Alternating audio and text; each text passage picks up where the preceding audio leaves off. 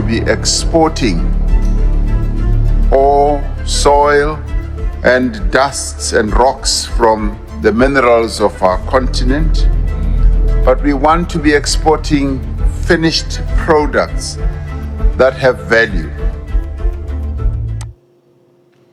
What's good, African family? Welcome back to the African Wahala. There, we just heard the president of South Africa, Ramaphosa, speaking about how it is important for African countries to focus on exporting finished goods as opposed to raw materials.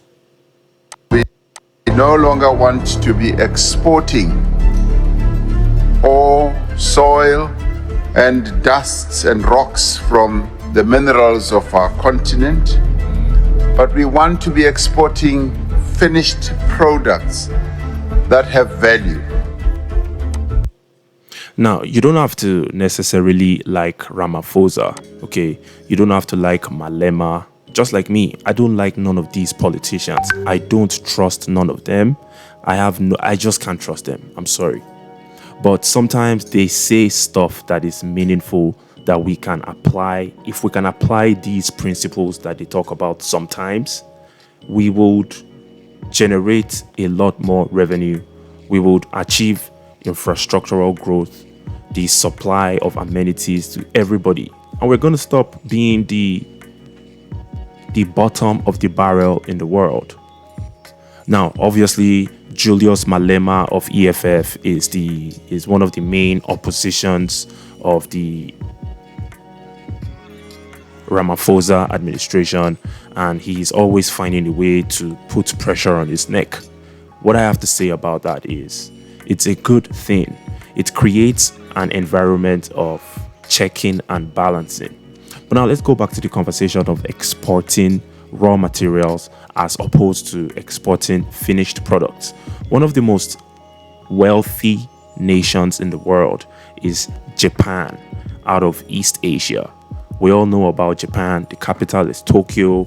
They are very popular in the world. It's a small island, very small island, about 200 and something thousand square kilometers. They do not have a ton of natural resources that they export, but they have some things. What Japan exports the most is finished products, and it's still one of the most wealthiest countries in the world. As you can see on my screen here, the Toyota brand in Japan is the wealthiest, I guess, the company that generated the highest revenue in 2023, according to Statistica, followed by Honda, Mitsubishi, NTT, Japan Post Holdings, Sony. Those are electronics. Sony manufactures cookers, televisions, all types of electronics, right? Sony. And do not forget the fact that a lot of the components of these products have to be sourced from places like Congo and from other countries in the world. So with that being said, how come Japan not exporting lots of natural resources but exporting finished products is one of the wealthiest countries in the world?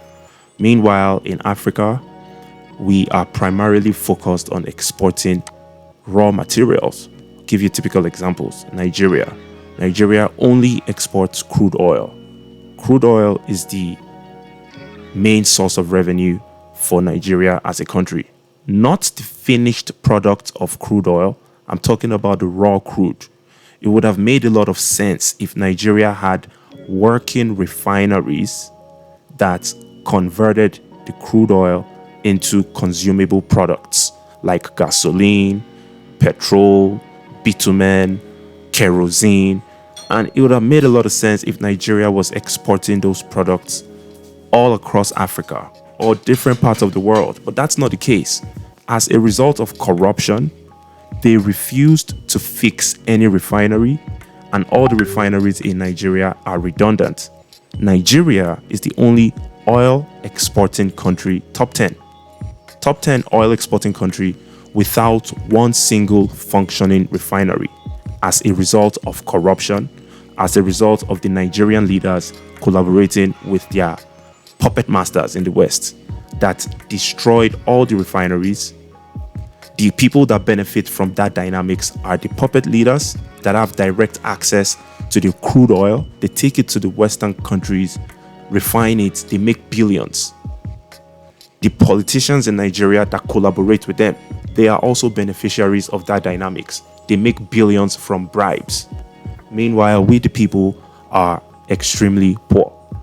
So with that being said, something has to be done about it. It makes a lot of sense if African countries can figure out a way to export raw materials, finished products as opposed to raw materials.